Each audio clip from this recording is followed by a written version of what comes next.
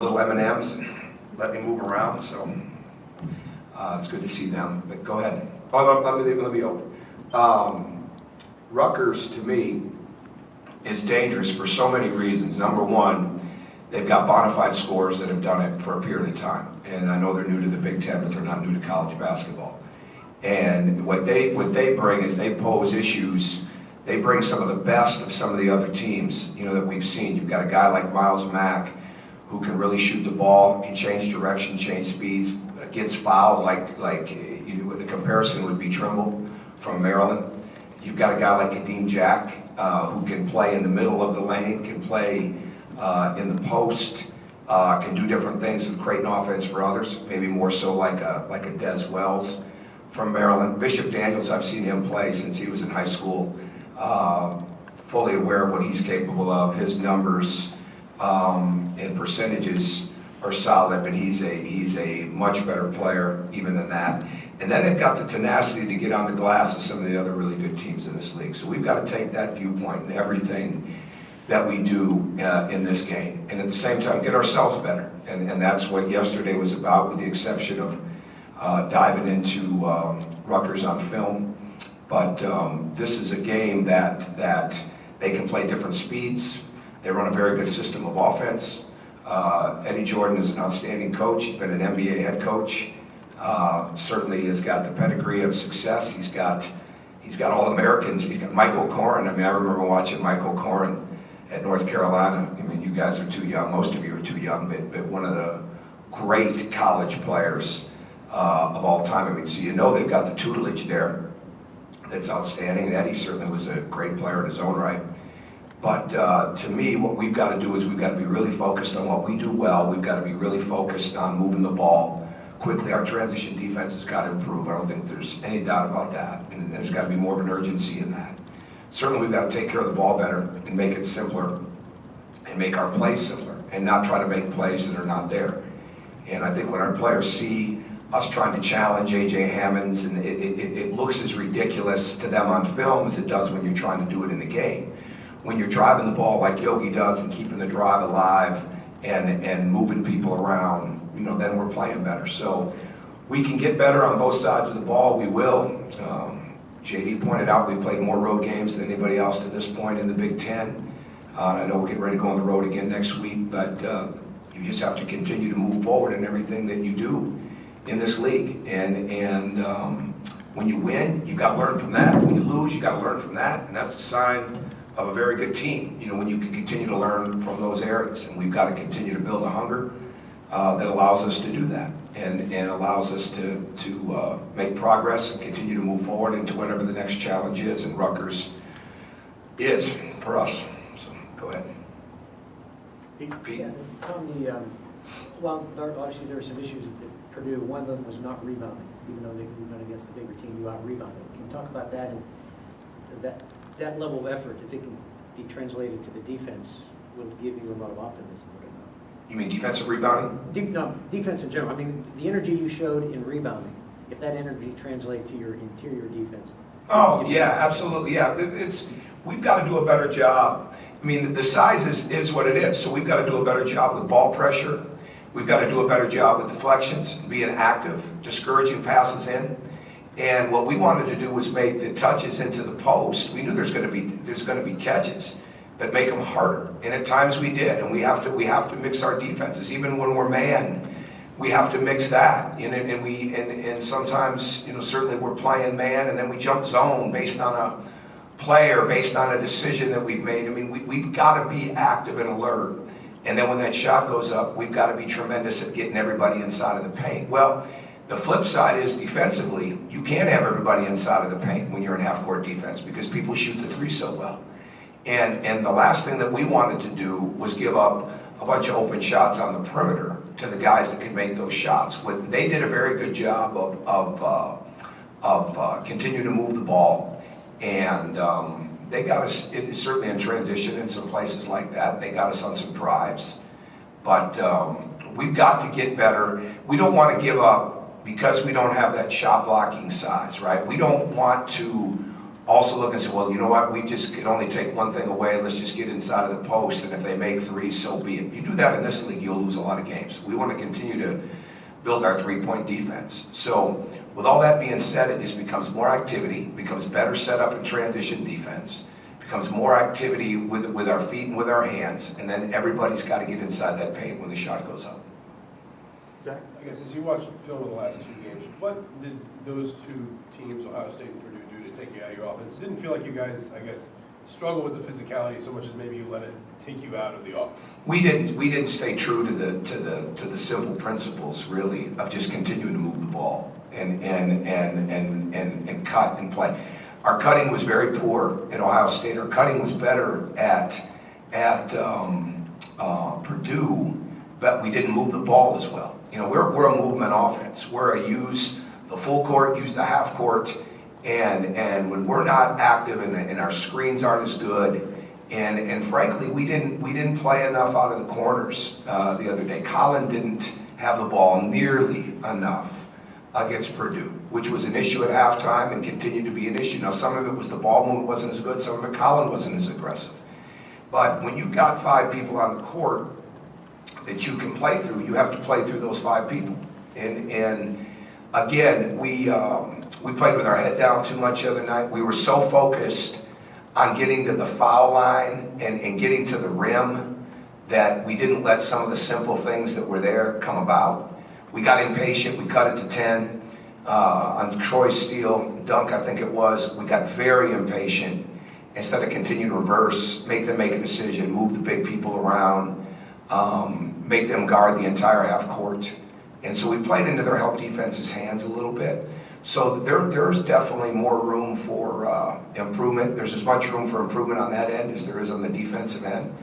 Some of it is going to be in at times we've got to have much better recognition of when we're going too fast and when we're trying to make things happen that aren't there. So now maybe we've got to run more set plays. We've got to create the offense more out of the play. And then there's other times we just want to create the offense because we're playing. And getting that recognition down. At times we make strides in that, and at times we don't. In the last 2 games we hadn't made strides there. Beyond getting back, moving up into the conference standings, is there a psychological factor to getting back in the win column before going to Wisconsin? Well, always you want to win, absolutely. And there's a bunch of teams sitting there right now that have 3 losses with the exception of Wisconsin. So certainly you want to win. You don't prepare in these games to be close. You don't prepare in these games to be in it. You know, you prepare to win. You go into every game to win.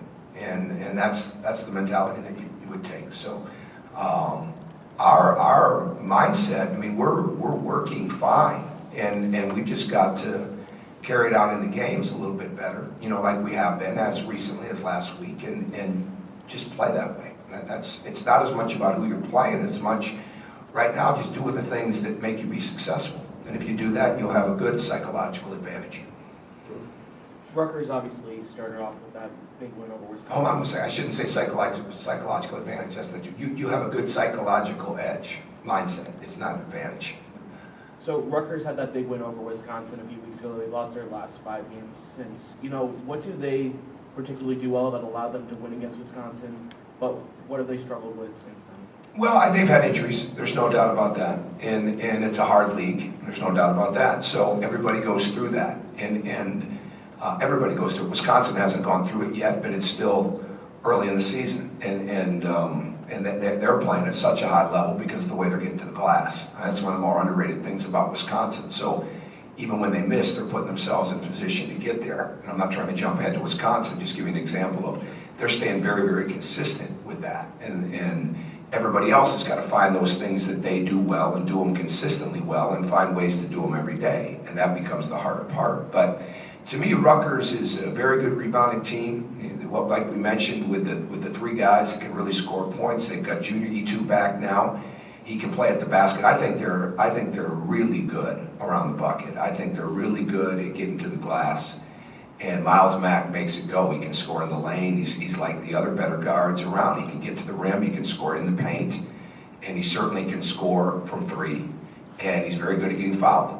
So he's in the line of excellent guards in this league. And Kadeem Jack provides a lot of issues because he can post, and he can play in the mid post, he can play in the wing, he can shoot. So they get a lot of good, and they got a great system, you know, with Eddie's system, which is more that Princeton style system. They've got a very good system with that, so they're a rhythm team. And when they're in rhythm, they're pretty good. And I think our job is to make sure we don't let them get in rhythm.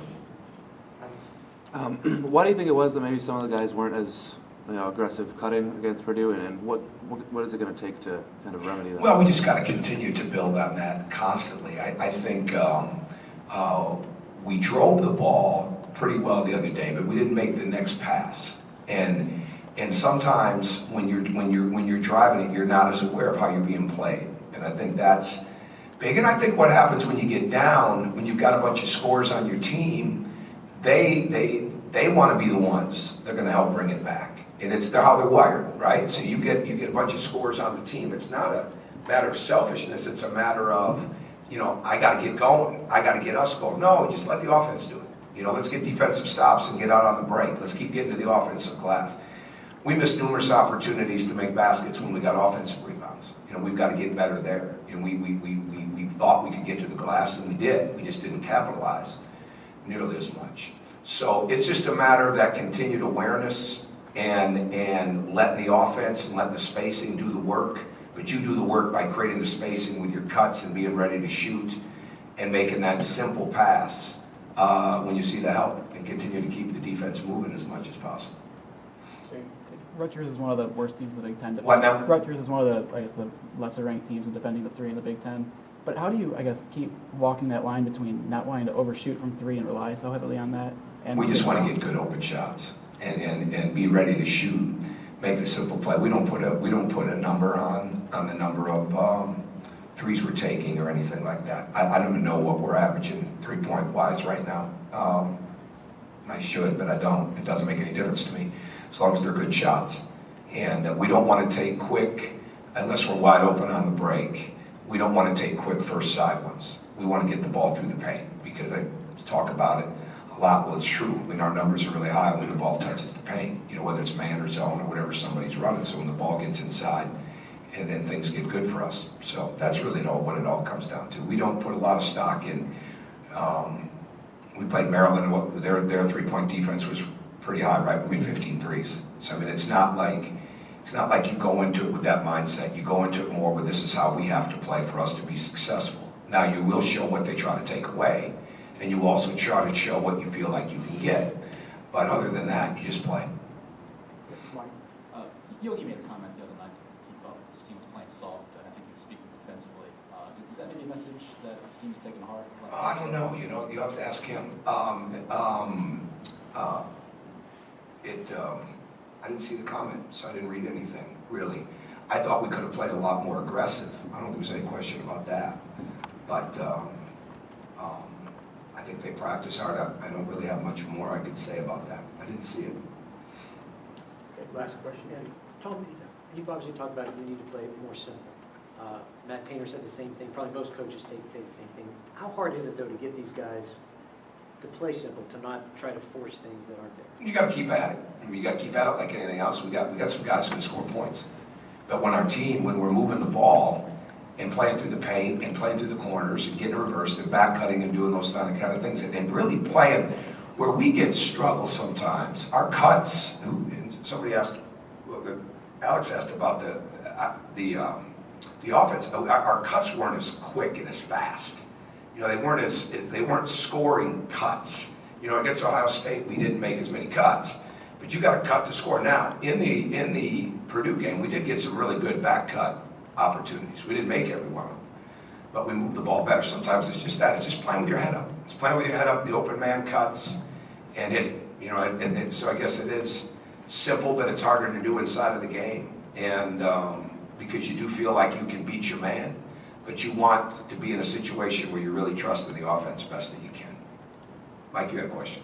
Oh, just 7 teams all with 3 losses. Are this league just not differentiating itself? Well, it's early. Where are we at? That halfway? Halfway point. Yeah, we're at the halfway point. So, I think it's just, I would look at it as the glass is half full. It's a pretty strong league, and it's really hard to win on the road. We've got 2 road wins. I'm not sure everybody else is on that. I mean, we had to work real hard to get both of them. We're proud of both of them. It's very, very hard to win on the road, let alone to hold your home court. So it's a tremendous league. It doesn't get enough credit and the coaches are always speaking it, but it doesn't get enough credit maybe on the middle and bottom rung, but especially the bottom rung, because that bottom rung would not be a bottom rung in very many leagues, because people can beat people in this league because everybody's got things that they do well. There's very few teams that don't shoot the ball or have people on their team that can't shoot it pretty well. And, you know, we can score points in the paint. We're not necessarily scoring them off the post. Most people are able to score it off the post right now, too. So it's a very balanced league, and with the exception of the way Wisconsin's playing right now. But like we said, it's halfway point. All right, thank you. Can I sneak one in? Yeah. And forgive me if I'm misunderstanding, but it sounded like, I guess, talking after Purdue about this team maybe needing to understand more about how its offense feeds defense, that a good shot on offense also sets you up to be better against transition defense, also puts guys in positions to set up in the half court more quickly and be sturdier there. Do you think this team understands that well enough? Yeah, I don't know if that's the issue with our transition. I'm just not sure we just got to have that urgency that you have to have there. We had some quick shots, but I'm more concerned about our defense fielding the offense, you know, and getting us out in that area. And then no matter what happens, offensively, you've got to have great transition defense. You just have to. So and we're not a big take corner threes. Corner threes are usually, and we got some guys that can take those, but corner threes are usually going to create some real defensive transition imbalance for your team getting back if you miss them. But bottom line, we just got to do a much better. Purdue's a very fast team, and there were times we didn't respond well to that. But we're a fast team. We've got to keep making sure that we get defensive stops so that we can get out in transition. But again, some of our shots the other day were quick, but sometimes they go in. The issues with the shots when you're trying to challenge a shot blocker, when you can keep the ball moving and get a better shot. I just driving them and moving them, and when we did that, we didn't make all the shots, but we had success with good looks. And when we tried to take them on, that's not a very smart play. And that's something I'd like to see us grow out pretty quick. So, all right, thanks.